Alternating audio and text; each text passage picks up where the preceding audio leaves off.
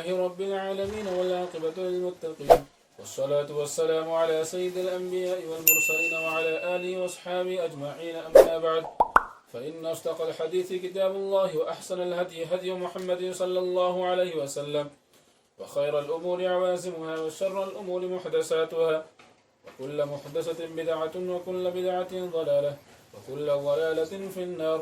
وبالسند المتصل منا إلى الشيخ الإمام الهمام الحافظ أبي عيسى الترمذي رحمه الله تعالى اللهم انفعنا بعلومه وعلومهم آمين يا رب العالمين أنه قال باب ما جاء في سجود القرآن باب ما جاء في سجود القرآن، قرآن کے اندر جو سجدہ تلاوت کا بیان ہے ان کا بیان۔ اس سلسلے میں بہت سارے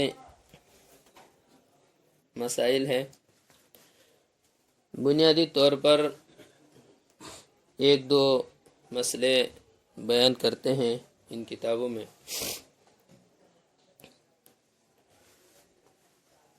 اس میں سب سے پہلے مسئلہ جو ہے وہ یہ ہے کہ سجدہ تلاوت کا حکم کیا ہے، سجدہ تلاوت کا حکم کیا ہے۔ یہ مسئلہ مختلف ہی ہے۔ ائمہ ثلاثہ اور جمہور کے نزدیک سجدہ تلاوت سنت ہے۔ سجدہ تلاوت کیا؟ ائمہ ثلاثہ اور جمہور کے نزدیک سجدہ تلاوت سنت ہے، اور امام صاحب رحمۃ اللہ علیہ کے نزدیک سجدہ تلاوت واجب ہے۔ امام صاحب کے یہاں واجب ہے، ائمہ ثلاثہ اور بلکہ صاحبین بھی سنت جیسے کہتے، لیکن ائمہ ثلاثہ اور امام صاحب رحمۃ اللہ علیہ وجوب کے قائل ہیں۔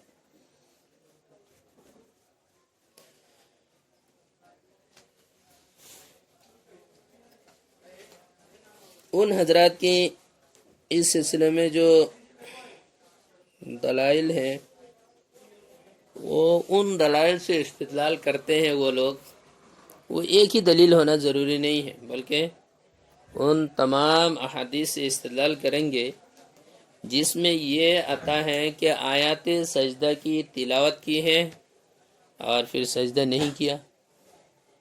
اس سے معلوم ہو رہا ہے کہ سجدہ کرنا واجب نہیں ہے، نہ کرنے سے بھی چلتا ہے، یہ تو سنت ہونے کی علامت ہے۔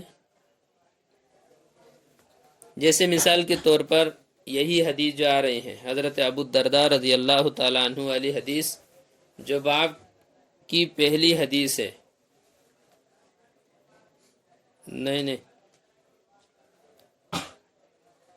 آگے جا کر باب معلم یسجد فیہ کہہ کر سورہ نجم والے آیات کے بارے میں کہہ رہے کہ باب معلم یسجد فیہ، کہہ کے وہاں یہ پیش کر رہا ہے کہ حضرت زید بن ثابت رضی اللہ تعالیٰ عنہ کہہ رہے قرأت علی رسول اللہ صلی اللہ علیہ وسلم النجم، میں نے سورہ نجم کی تلاوت کی، اور ظاہر سی بات ہے وہاں سجدہ کی آیت ہے تو وہ بھی میں نے تلاوت کی، تو تلاوت کرنے کے بعد فلم یسجد فیہا، آپ صلی اللہ علیہ وسلم نے وہاں سجدہ نہیں کیا۔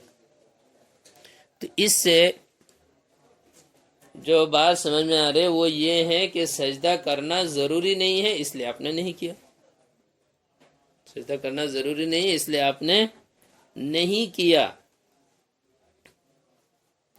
یہ ان کی ایک دلیل ہے۔ ان حضرات کی ایک دوسری دلیل اسی باب میں حضرت عمر رضی اللہ تعالیٰ عنہ کے قول اور ان کے عمل اس سے استدلال کرتے ہیں، اور وہ عمل صحابہ کے سامنے ہے، اس طرح سے وہ بہت مضبوط دلیل ہو جاتی ہے، ان کی مضبوط دلیل ہے۔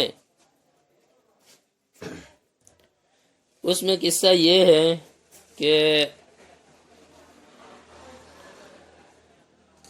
راوی کہہ رہے ہیں کہ حضرت عمر رضی اللہ تعالیٰ عنہ نے منبر پر آیت سجدہ کی تلاوت کی، منبر پر آیت سجدہ انہوں نے پڑھی، پڑھنے کے بعد فنزل فسجدہ، ایک جمعہ میں ایسا ہوا کہ آیت سجدہ منبر کے اوپر انہوں نے پڑھی، پڑھنے کے بعد نیچے اتر کے سجدہ کیا۔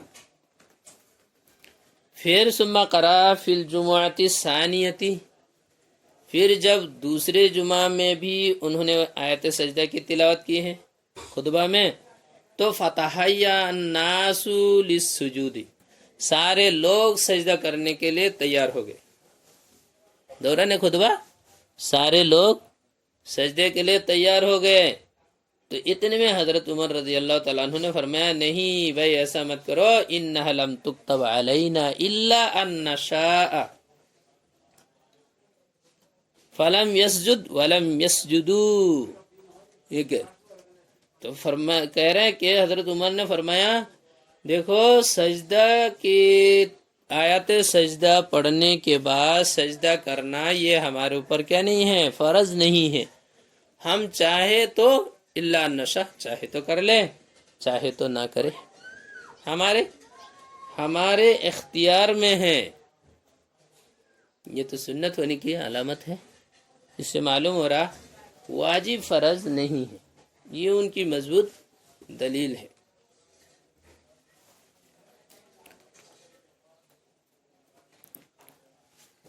اس سلسلے میں حنفیہ کی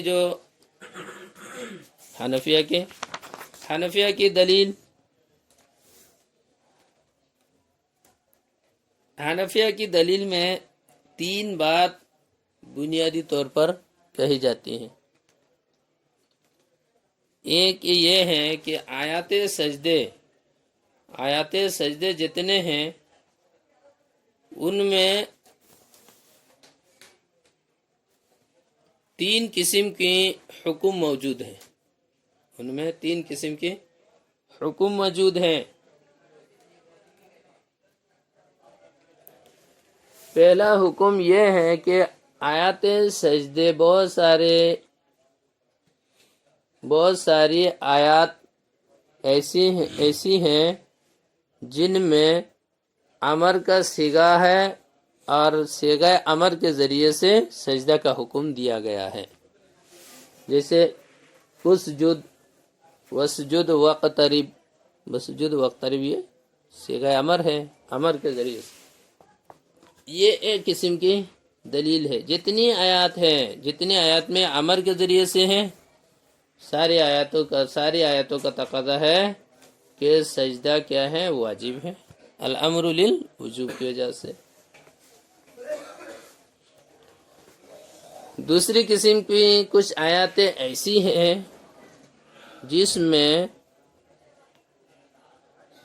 یہ بیان ہے کہ کافروں نے سجدہ کرنے سے انکار کیا ہے، کافروں نے سجدہ کرنے سے انکار کیا ہے، اور کافروں کی مخالفت یہ بھی واجب ہے، اس کا بھی حکم ہے۔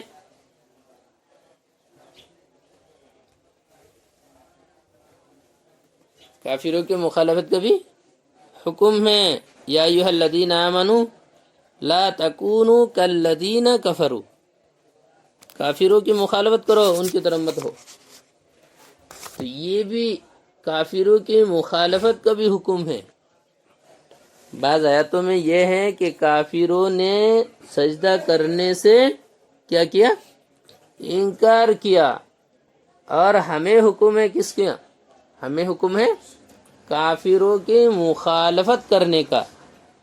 تو کافروں کی مخالفت واجب ہے، جو کافروں کی مخالفت واجب ہے تو ان لوگوں نے سجدہ نہیں کیا، تو ہمارے لیے سجدہ کرنا واجب ہونا چاہیے۔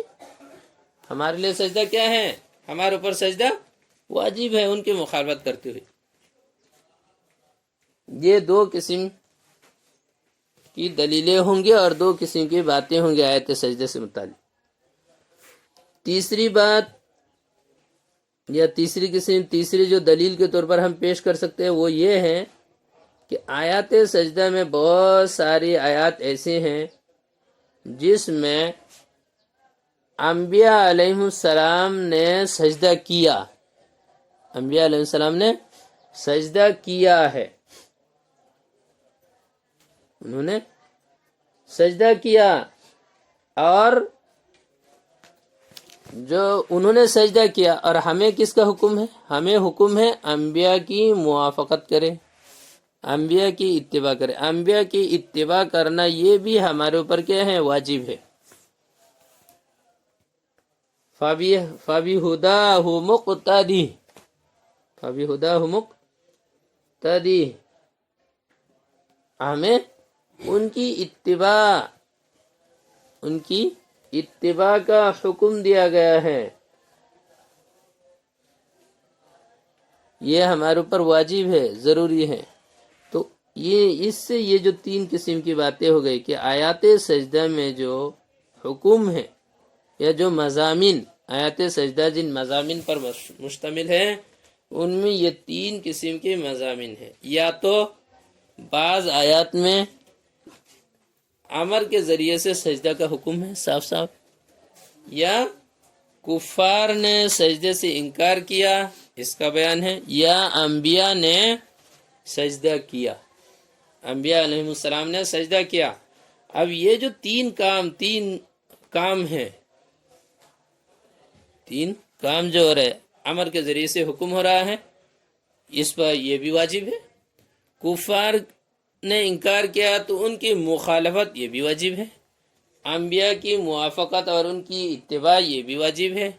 تو یہ ساری باتیں، یہ تینوں قسم کی باتوں کے نتیجہ یہ نکلتا ہے کہ آیات سجدے جتنے ہیں سب کا نتیجہ یہی ہے کہ وہاں سجدہ کرنا ضروری ہے، وہاں سجدہ کرنا کیا ہے؟ ہمارے لیے ضروری ہے، واجب ہے، ہمارے لیے سجدہ واجب ہے۔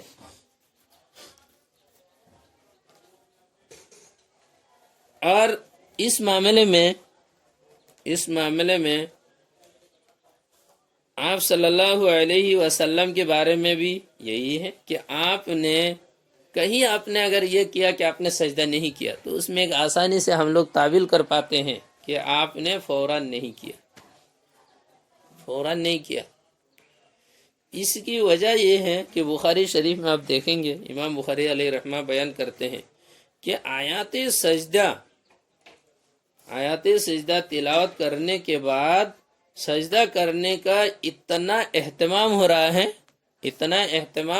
ہے اور اتنا اہتمام سے سجدہ کرنے کا حکم ہو رہا ہے،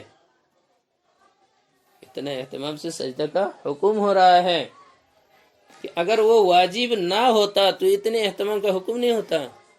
کہہ رہے کہ سجدہ کی آیات تلاوت کرتے ہیں تو ہم لوگ سجدہ کرتے، جگہ نہیں ملتی تو کسی کی پیٹھ پہ سجدہ کر دیتے، کسی کی پیٹھ پہ سجدہ کر رہے ہیں۔ تو ایسے بہت سارے وہ ہیں، بہت اہتمام سے بات۔ اگر سجدہ واجب نہیں ہے تو اتنے اہتمام کی کیا ضرورت ہے؟ چھوڑو، مت کرو۔ اس طرح کی آپ صلی اللہ علیہ وسلم کی پوری زندگی میں آپ نے کوئی بلا کسی وجہ کے آپ نے سجدہ نہیں کیا اور بعد میں بھی نہیں کیا، ایسا قصہ بہت مشکل ہوگا، ایسا ملنا بہت مشکل ہے۔ یہی ملے گا کہ آپ نے سجدہ کیا۔ بس یہی سورہ نجم علیہ قصہ ہے کہ حضرت زید رضی اللہ تعالیٰ عنہ کہتے ہیں آپ نے نہیں کیا، جبکہ اس میں یہ بھی ممکن ہے کہ آپ نے فوراً نہیں کیا، بعد میں کیا ہوگا۔ تو یہ آسانی سے ایک تعویل کر پاتے ہیں۔ تو آپ صلی اللہ علیہ وسلم کے اور صحابہ کی اس طرح سے مواظبات اور تعامل، آپ کی مواظبات اور صحابہ کا تعامل، یہ بھی دلیل وجوب ہے، یہ بھی کیا ہے؟ دلیل وجوب ہے، وجوب کی دلیل ہے۔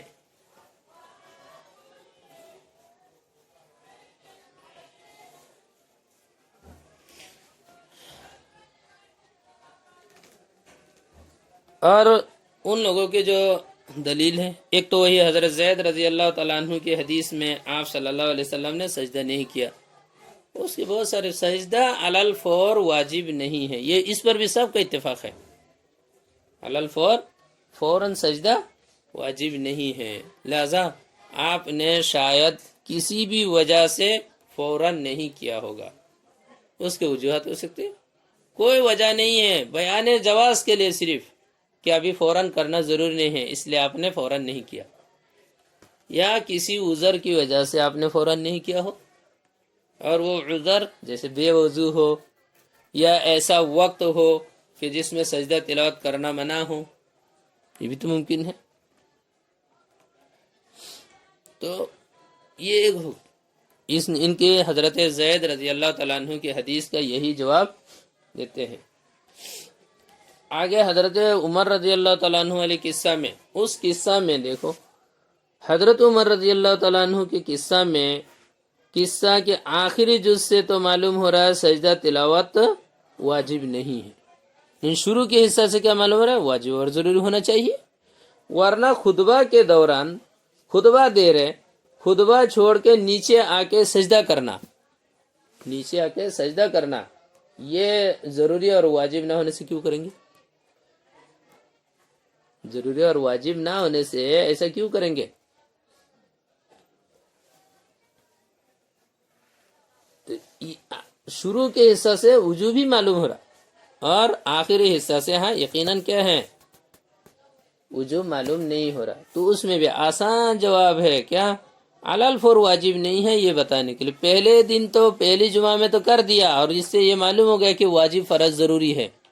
اب دوسرے جمعہ میں بھی جب دیکھا کہ لوگ سب تیار ہو رہے تو انہوں نے بتایا، انہوں نے دیکھا ارے لوگ تو اس کو جلدی علی الفور واجب سمجھ رہے، انہوں نے اس کو بتانے کے لیے کہ دیکھو علی الفور واجب نہیں ہے، علی الفور واجب نہیں ہے، علی الفور فوراً ہم کرنا چاہے تو ہمارے اختیار میں ہے، فوراً اگر ہم نہ کرنا چاہیں تو وہ بھی ہمارے اختیار میں ہے۔ یہ الا نشا کے معنی جلدی کر فوراً کرنا اور نہ کرنا یہ ہمارے اختیار میں ہے۔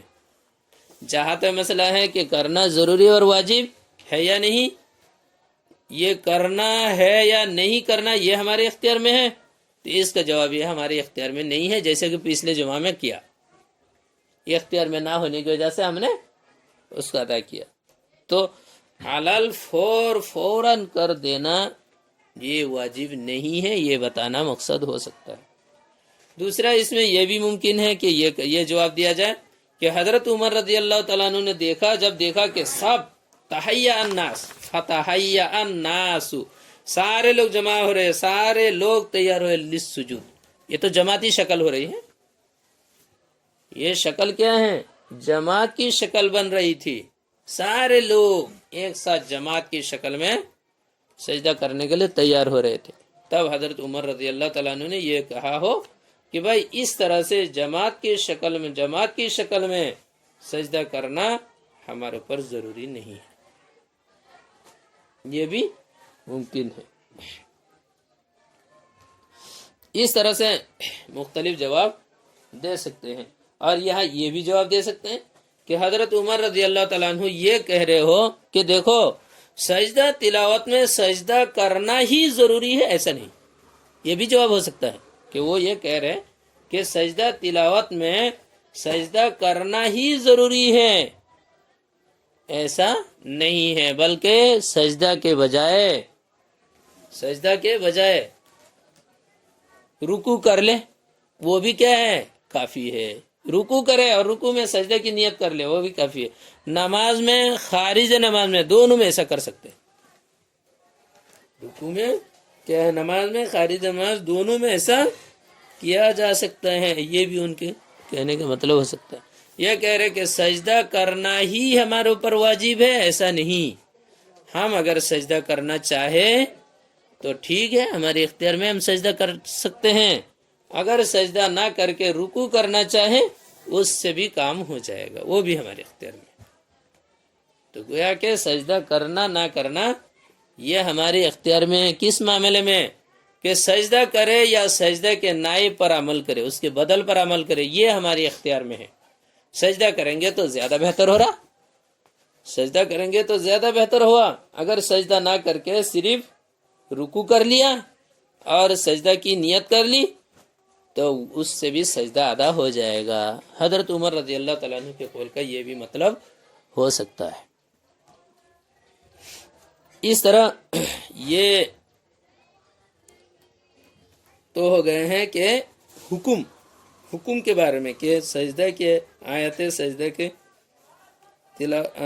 سجدے کی حکم کیا ہے، سجدہ کرنے کا حکم کیا ہے، فرض ہے، واجب ہے یا کیا ہے، سنت ہے۔ تبھی بتا دیا کہ ہمارے یہاں واجب ہے، ان لوگوں کے یہاں سنت ہے۔ دلائل کے اعتبار سے الحمدللہ ہمارا مذہب بہت مضبوط ہے، بہت دلیل اگر سے وہ کیا کہتے ہیں حدیث میں صاف صاف وہ نہیں ہو رہا ہے، لیکن دلیل تو میرے ساتھ قرآن کی آیات تو ہے، الامر للوجوب ہے، امر ہے۔ اسی طرح سے جو باقی جو دو قسم کی باتیں ہم نے بتایا یہ سب بہت مضبوط باتیں ہیں، اور ان سب کا جواب اتنا آسان نہیں ہے۔ تو دلائل کے حساب سے ہمارا مضبوط اس سلسلے میں الحمدللہ بہت مضبوط ہے۔ دوسرا مسئلہ اس سلسلے میں جو بہت اہم ہے، جس کو اصل امام ترمذی علیہ رحمہ یہ بیان کر رہے ہیں، وہ کیا ہے؟ آیات سجدے کی تعداد، آیات سجدوں کی تعداد اور کہاں کہاں آیات ہے اس کے بیان۔ ایک تو ہے تعداد اور مواضع الآیات، کہاں کہاں آیات ہے، کن کن صورتوں میں ہے اس کا بیان۔ تو اس سلسلے میں بھی ائمہ میں اختلاف ہے، اس میں بھی کیا ہے؟ ائمہ میں اختلاف ہے۔ یہ جو ہے تعداد کے بارے میں یہ اختلاف زیادہ مضبوط ہے، اور اس میں اختلاف ائمہ کے اختلاف زیادہ ہے، اس میں تو اتنا زیادہ نہیں تھا، اس میں زیادہ ہے۔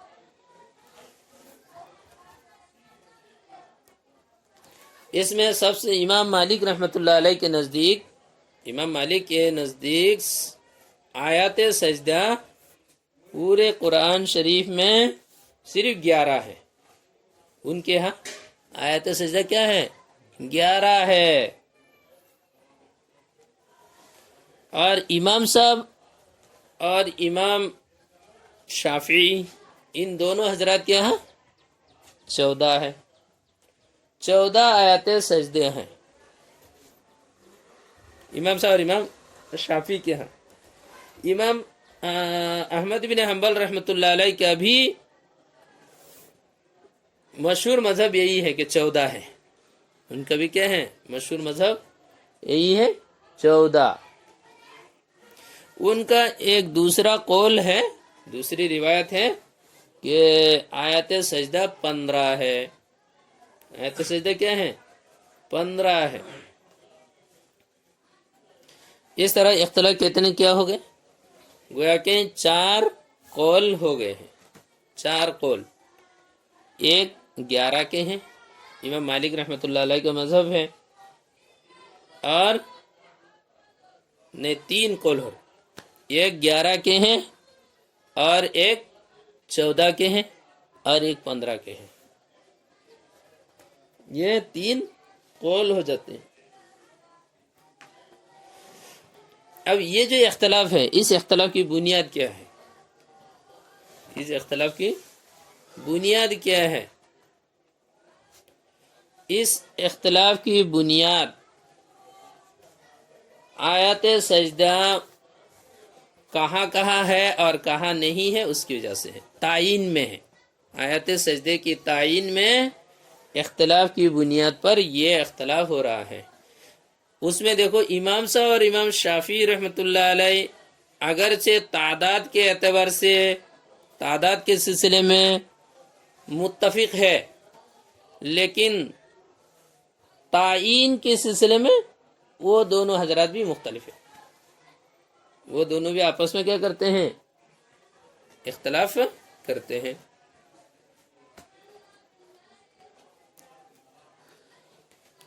اس میں قرآن کریم میں جہاں جہاں آیات ہیں سجدے کی آیات قرآن میں سب سے پہلے سورہ اعراف میں ہے، پھر سورہ اعراف میں ہے، سورہ رعد میں ہے، سورہ نحل میں ہے، سورہ بنی اسرائیل میں ہے، پھر سورہ مریم میں ہے،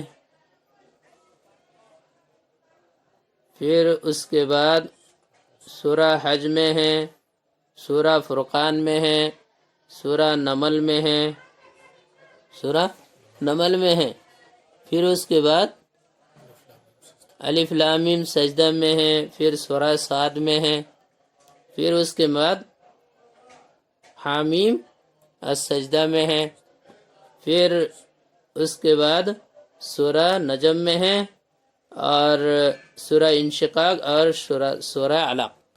یہ حنفی مسلک کے مطابق ہے، یہ جو ابھی بتایا۔ امام شافعی رحمۃ اللہ علیہ، باقی سارے لوگ اسی کے قائل ہیں، اس میں ہی بس تھوڑا سا آگے پیچھے ہے۔ اس میں ہم نے سورہ صاد میں سجدہ بولا، یہ حنفیہ کے ہاں۔ امام شافعی رحمۃ اللہ علیہ کے یہاں بھی یہ 14 سجدے ہیں، لیکن ان کے یہاں سورہ صاد کا جو سجدہ ہے اس سجدہ کو امام شافعی رحمۃ اللہ علیہ سنت نہیں قرار دیتے یا اس کو نہیں مانتے ہیں۔ اس کے برخلاف وہ سورہ حج میں 2 سجدے مانتے ہیں، یہ ابھی جو ہم لوگ ایک مانتے ہیں یہ، اور دوسرا جو سجدہ ہے، دوسری آیات جو ہیں، یا ایھا الذین آمنوا یا ایھا الذین آمنوا ارکعوا واسجدوا واعبدوا ربکم وافعلوا الخیر لعلکم تفلحون۔ یہ جو آیات ہے، اس آیات میں شروع میں ایک سجدے کی آیات مان لی ہے، اور یہ جو آیات ہے اس میں بھی ان لوگوں نے آیت سجدہ مانا۔ اور ہمارے یہاں اس جگہ میں یہ جو آیت سجدہ ہے اس کو ہم لوگ آیت سجدہ نہیں مانتے، اس میں سجدہ کو ہم واجب نہیں قرار دیتے۔ اس کے برخلاف ہم لوگ سورہ صاد میں مانتے ہیں، یہاں نہیں مانتے ہیں۔ وہ سورہ حج میں 2 مانتے ہیں، سورہ صاد میں نہیں مانتے ہیں۔ اس طرح 14 ہی رہے گا، ایک جگہ سے نکال دیا دوسری جگہ میں لے لیا۔ ہم لوگوں نے سورہ صاد میں لیا، سورہ حج کے دوسرا نہیں لیا۔ امام احمد ابن حنبل رحمۃ اللہ علیہ نے کیا کیا، انہوں نے دونوں قول کو لے لیا۔ ایک قول کے مطابق انہوں نے یہ کیا کہ چلو امام شافعی رحمۃ اللہ علیہ 2 مانتے ہیں سورہ حج میں، ہم بھی 2 مانتے ہیں، اور سورہ صاد میں امام شافعی نے نہیں مانا ہے لیکن ہم مانیں گے، ہم اس کو بھی مان دیں گے، اس میں بھی سجدہ کرو۔ اس طرح ان کے یہاں کل ملا کر 15 ہو گئے، کل ملا کر ان کے یہاں کیا ہے، 15 ہے۔ اور امام مالک رحمۃ اللہ علیہ کا مسئلہ، امام مالک نے 2 کام کیا۔ ایک تو انہوں نے مفصلات کے بارے میں وہ یہ کہتے ہیں کہ ان کے یہاں آیت سجدہ نہیں ہے، سجدے مسنون نہیں ہو یا فرض ہو واجب مسنون جو بھی ہو نہیں ہے، ان کے یہاں مفصلات میں سجدے نہیں ہیں۔ مفصلات میں 3 سجدے ہیں۔ تو امام احمد بن حنبل رحمۃ اللہ علیہ کے قول کے مطابق اگر مفصلات کے 3 نکال دیں گے تو بچنا چاہیے 12۔ تو امام مالک رحمۃ اللہ علیہ کے یہاں 14 ہے، وہ 14 اب کیسے بن رہے، تو کس جگہ میں لیا کس جگہ میں نہیں لیا، یہ مسئلہ۔ تو امام مالک رحمۃ اللہ علیہ نے بھی وہ کیا کہ انہوں نے سورہ صاد کے سجدہ کو تو مانا ہے جیسے امام صاحب مانتے ہیں، اور سورہ حج کے دوسرا سجدہ وہ بھی نہیں مانتے ہیں۔ اس طرح امام مالک رحمۃ اللہ علیہ نے یہ کیا کہ وہ سورہ حج میں ایک سجدہ مانتے ہیں، سورہ صاد میں ایک سجدہ مانتے ہیں۔ تو 14 امام صاحب کے قول کے مطابق ان کے حبیب 14 ہے، اور سورہ مفصلات کی صورتوں کو وہ نہیں مانتے ہیں، تو ادھر سے 14 میں سے 3 نکال دیا تو ان کے ہاں 11 بچ گئے۔ اس طرح ان کے ہاں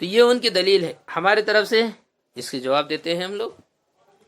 دیکھو ہماری دلیل کیا ہے؟ اس میں سجدہ ہے. کیوں ہے؟ آپ صلی اللہ علیہ وسلم نے سجدہ کیا. خود کہہ رہے نا، رأیت رسول اللہ صلی اللہ علیہ وسلم یسجد، آپ صلی اللہ علیہ وسلم کو سجدہ کرتے ہوئے دیکھا. تو آپ صلی اللہ علیہ وسلم کو کرتے ہوئے دیکھا تو ہمیں بھی کرنا ہے، ہمیں بھی کرنا ہے. اگر آیات سجدہ کرنا واجب نہ ہوتا، سجدہ کی آیات نہ ہوتی، یہ اگر سجدہ کی آیات نہ ہوتی تو آپ صلی اللہ علیہ وسلم نہیں کرتے. آپ صلی اللہ علیہ وسلم نہیں کرتے. تو آپ کا کرنا یہ تو دلیل ہے اس بات کی کہ یہاں سجدے کی آیات ہے. تو یہ آگے ابن عباس رضی اللہ تعالیٰ عنہ کا یہ کہنا کہ عزائم السجود میں سے نہیں، یہ تو عجیب بات ہو رہی ہے. یا تو آیات سجدہ ہے اس لیے آپ صلی اللہ علیہ وسلم کر رہے، یا تو آیات سجدہ نہیں ہے تو پھر آپ علیہ السلام کو نہیں کرنا چاہیے. اگر ہے تو کرنا ہے، نہیں ہے تو نہیں کرنا ہے. تو جب آپ صلی اللہ علیہ وسلم کر رہے ہیں تو کیا مطلب ہوا؟ طے ہو گئے ہیں ہے. آگے اب ابن عباس رضی اللہ تعالیٰ عنہ کا یہ کہنا یہ عزائم السجود میں سے نہیں ہے، اس کا کوئی اور مطلب نکلنا چاہیے. اس سے یہ مدد لے لینا کہ یہاں سجدہ نہیں ہے، یہ مطلب صحیح نہیں ہوگا، کسی بھی صورت میں صحیح نہیں ہوگا. ورنہ آپ صلی اللہ علیہ وسلم نے کیوں کیا یہ سوال ہو جائے گا. تو اس لیے یہ کہا جائے گا سجدہ تو ہے، یہاں سجدہ ہے، واجب ہے، فرض ہے، جو بھی ہے سجدہ ہے، اس لیے آپ صلی اللہ علیہ وسلم نے کیا ہے. آگے جہاں ابن عباس کا یہ کہنا عزائم السجود میں سے نہیں ہے، اس کا کوئی بھی معنی بیان کرو. اس کا معنی اصل یہ ہے، ابن عباس رضی اللہ تعالیٰ عنہ یہ کہہ رہے کہ آپ صلی اللہ علیہ وسلم نے اس جگہ میں سجدہ کیا، لیکن اس جگہ میں جو سجدہ کا حکم ہے یہ کوئی امر کے ذریعے سے حکم نہیں ہے. یہ معنی ہے عزائم السجود نہ ہونے کے. یہ معنی ہے کہ یہاں اللہ نے یہ نہیں کہا کہ یہاں سجدہ کرو، یہ نہیں کہا، لیکن یہاں سجدہ کرنا ہے. یہاں آپ صلی اللہ علیہ وسلم کو ساتھ میں سجدہ کرتے ہوئے سنا، وَأُولَئِكَ الَّذِينَ هَدَى اللَّهُ فَبِهُدَاهُ مُقْتَدِي. وہاں حضرت داؤد علیہ السلام نے سجدہ کیا. آپ صلی اللہ علیہ وسلم یہ کہہ رہے انہوں نے تو اپنی توبہ کی ادائیگی کے بعد انہوں نے سجدہ کیا تھا، ہم اب یہاں سجدہ کرتے ہیں شکرانہ کے طور پر. اب یہ کہنے کے بعد آپ سجدہ کر رہے. حضرت ابن عباس کہہ رہے کہ یہ سجدہ ایسا نہیں ہے کہ یہاں امر کے ذریعے سے اللہ نے کہا تھا کہ آپ سجدہ کیجئے یا تم سجدہ کرو، ایسا امر نہیں ہے. بس یہ عزائم السجود نہ ہونے کا بس اتنا ہی معنی ہے. یہ نہیں کہہ سکتے ہیں کہ یہاں بالکل سجدہ کی آیات یہ ہے ہی نہیں، اس کے باوجود آپ صلی اللہ علیہ وسلم کو سجدہ کرتے ہوئے دیکھا. یہ تو بہت بڑا الزام ہے، یہ بہت بڑا الزام ہوگا. آیات سجدہ ہوگا تو کرنا ہے، نہیں کرنا ہے تو نہیں ہے تو نہیں. خاص طور سے نماز میں اگر آیت سجدہ نہیں ہے تو وہاں بیچ میں اٹھ کے سجدہ کر سکے گا کوئی آدمی؟ اس لیے ان کا یہ کہنا کہ یہاں سجدہ نہیں ہے یہ اتنا زیادہ صحیح معلوم نہیں ہوتا ہے. ہاں ابن عباس رضی اللہ تعالیٰ عنہما کی بات میں کچھ نہ کچھ تعویل کر کے سجدہ تو ضرور ماننا چاہیے.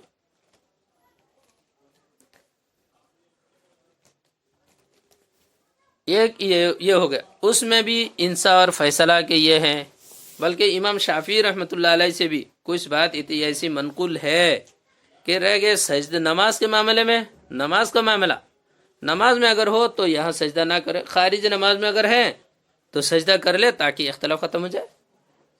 وہ لوگ بھی یہ کہتے خارج نماز میں ہو تو سجدہ کر لے تاکہ اختلاف نہ رہے. آگے یہ بحث اس طرح یہاں کا ختم ہو. آگے رہ گئے سورہ حج کا.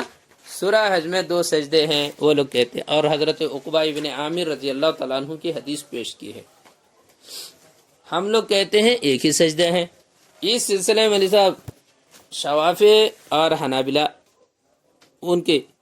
ان حضرات کے پاس جو دلیل ہے وہ یہ حدیث ہے۔ من حیث السند یہ حدیث کیا ہے؟ بہت کمزور ہے۔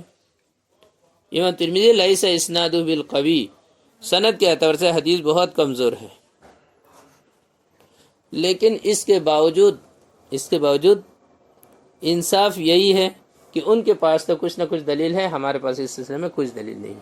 ہمارے پاس بس اتنی بات ہے کہ ہم یہ کہتے ہیں کہ دیکھو یہ جو دوسری آیات ہے اس میں رکوع اور سجدے دونوں کا ایک ساتھ بیان ہے، رکوع اور سجدہ دونوں ایک ساتھ ہے، اور آیات سجدہ میں رکوع اور سجدے دونوں کا ایک ساتھ بیان نہیں ہے، یا دونوں میں سے کسی ایک کا بیان ہے، یا تو رکوع کا بیان ہے یا صرف سجدہ کا بیان ہے، دونوں ایک ساتھ نہیں۔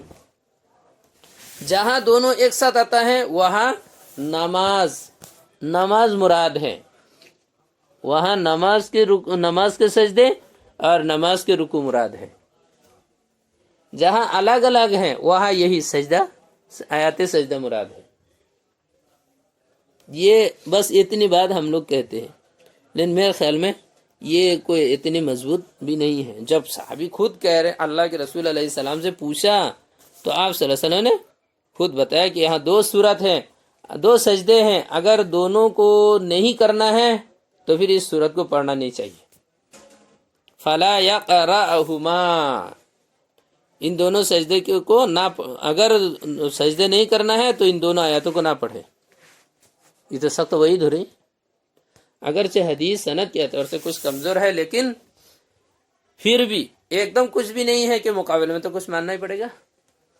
اس لیے ہم لوگ یہ کہتے ہیں اس میں بس آسان جواب بھی اتنے زیادہ دینے کی ضرورت نہیں ہے۔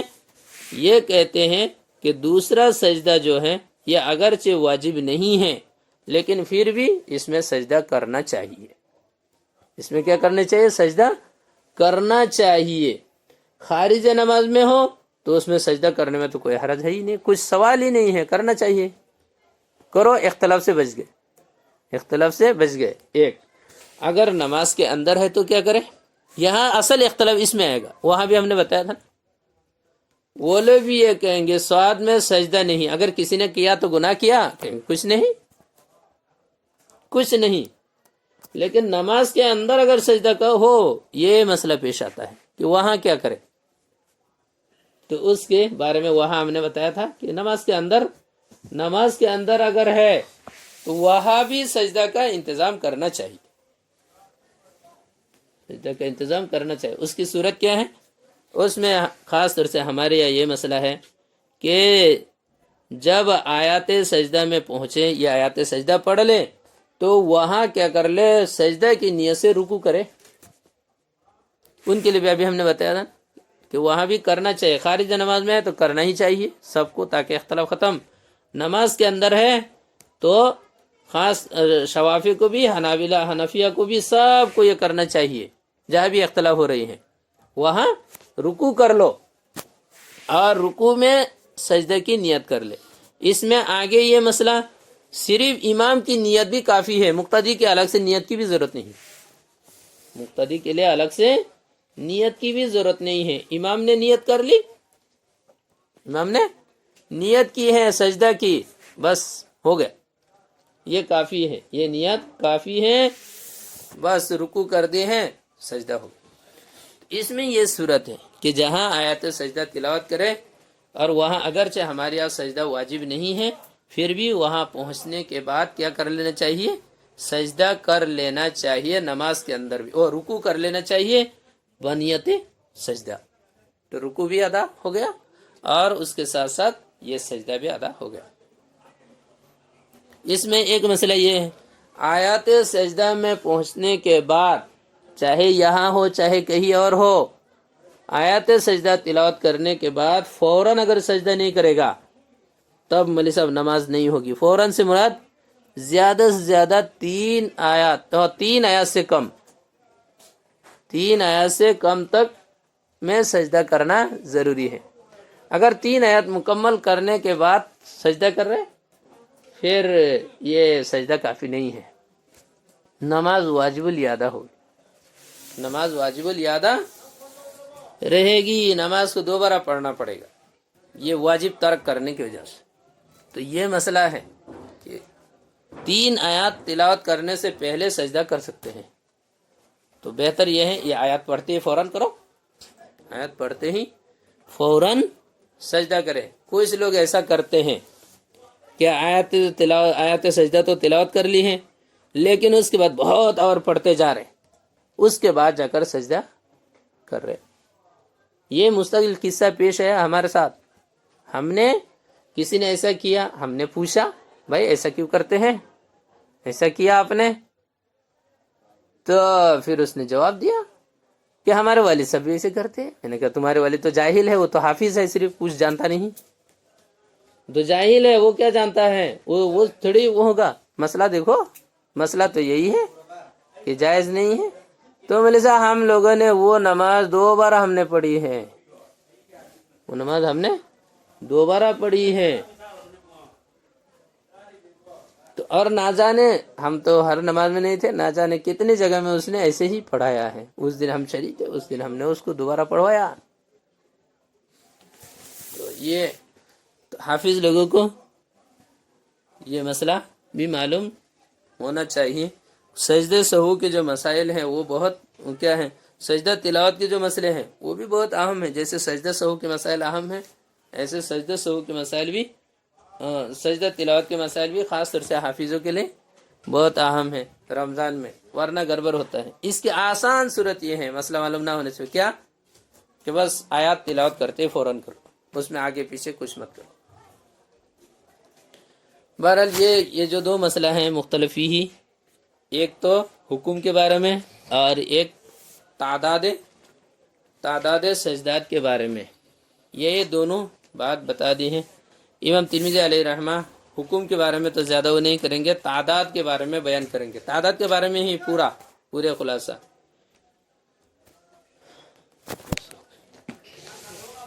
سورہ صاد کے آیت سجدہ